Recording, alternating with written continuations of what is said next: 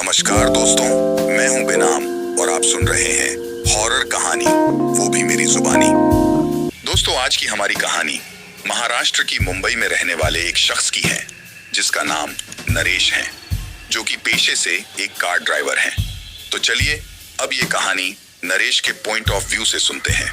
लेकिन कहानी को शुरू करने से पहले, जैसा कि मैं आप लोगों से हमेशा कहता हूं कि वैसे तो आप लोगों ने बहुत सी हॉरर कहानियां सुनी होंगी, लेकिन मुझे पूरी उम्मीद है कि आज की हमारी ये कहानी सुनकर आपको सच में डर का एहसास होने वाला है। बस मेरी आपसे इतनी गुजारिश है कि आप अगर इस कहानी को पूरा सुनेंगे तो आपको सच में बहुत ज्यादा मजा आने वाला है। साथ ही अगर आप पहली बार हमारे इस चैनल पर आए हैं तो चैनल को अभी सब्सक्राइब कर लीजिए। ऐसा करने से हमारी और आपकी नजदीकियां बढ़ जाएगी और आगे आने वाली वीडियो आप तक आसानी से पहुंच जाएगी। तो ज्यादा समय ना लेते हुए जल्दी से अपनी कहानी को शुरू करते हैं। दोस्तों, मेरा नाम नरेश है और मैं महाराष्ट्र में मुंबई का रहने वाला हूं और पेशे से एक कार ड्राइवर हूं, जिसे आम बोलचाल में लोग टैक्सी ड्राइवर भी कहते हैं। वैसे मेरा जन्म तो छत्तीसगढ़ में हुआ था, लेकिन आज से कई साल पहले मेरे पिताजी हीरो बनने के चक्कर में मुंबई आए थे। वो हीरो तो नहीं बन पाए, लेकिन एक ड्राइवर जरूर बन गए और उन्हीं की बदौलत मैं भी एक ड्राइवर बन गया। लेकिन मैंने अपनी जिंदगी में कभी भी ये नहीं सोचा था कि मेरे पिताजी को देखकर मैंने ड्राइवर बनने का जो सपना देखा था वो पूरा करके मैंने अपनी जिंदगी की सबसे बड़ी गलती कर दी थी।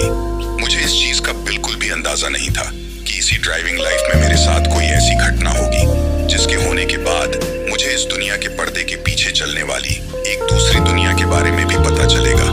लेकिन वो दुनिया दिखने में इतनी ज्यादा खतरनाक और डरावनी होगी, इसके बारे में मैंने कभी नहीं सोचा था।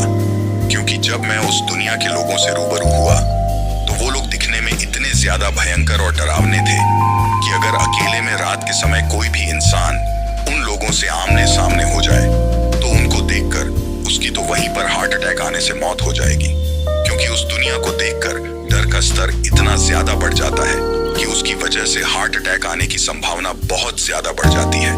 लेकिन पता नहीं जब मेरे साथ वो घटना हुई तो उस वक्त मुझे हार्ट अटैक क्यों नहीं आया और उस वक्त मैं कैसे बच गया।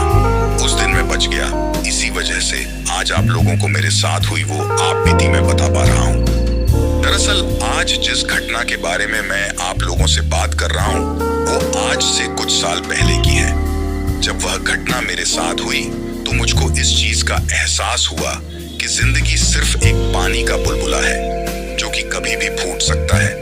तो इसीलिए जिंदगी को हर पल हंसी खुशी और खा पी कर जीना चाहिए, क्योंकि जीवन में कब आपके साथ क्या हादसा हो जाए और कब आपको इस दुनिया को हमेशा के लिए अलविदा कहना पड़ जाए, इस चीज का कोई भी भरोसा नहीं है।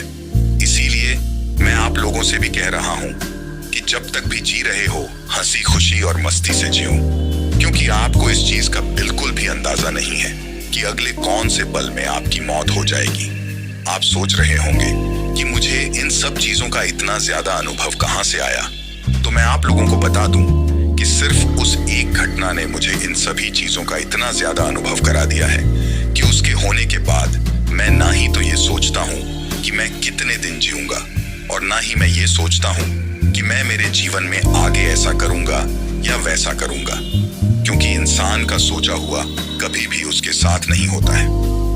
मुझे कार ड्राइविंग का काम करते हुए आज लगभग 7 से 8 साल हो चुके हैं, लेकिन इन 7-8 सालों में मेरे साथ कभी भी कोई भी ऐसी घटना नहीं हुई थी जिसकी वजह से मुझे डर का थोड़ा बहुत भी एहसास हो।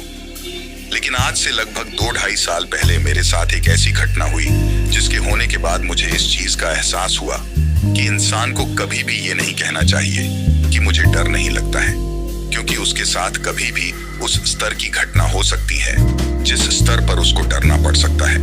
मैं भी हमेशा लोगों से यही कहता था कि मुझे किसी भी चीज का डर नहीं लगता है और मैं रात को गाड़ी चलाकर कहीं भी जा सकता हूँ। ना ही तो मुझे किसी रास्ते का डर लगता है और ना ही किसी और चीज का। लेकिन जब मेरी साथ वो घटना हुई तो उस घटना के होने के बाद मुझे इस चीज का अंदाजा हुआ कि डरना जरूरी है।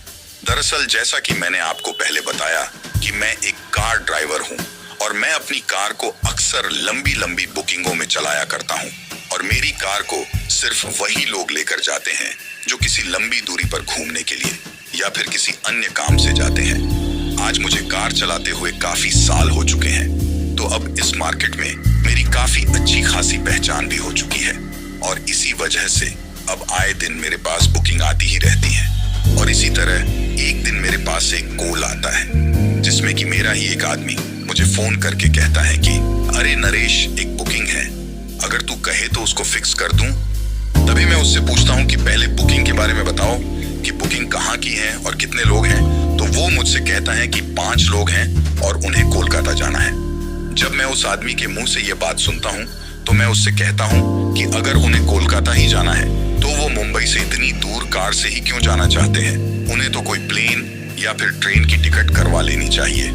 तो वो आदमी मुझसे कहता है कि वो लोग टूरिस्ट हैं और यहाँ पर घूमने के लिए आए हैं और इसी वजह से सफर भी काफी लंबा रहेगा। वो बीच बीच में उनकी जो जगह फिक्स की हुई है उनके ऊपर घूमते हुए जाएंगे।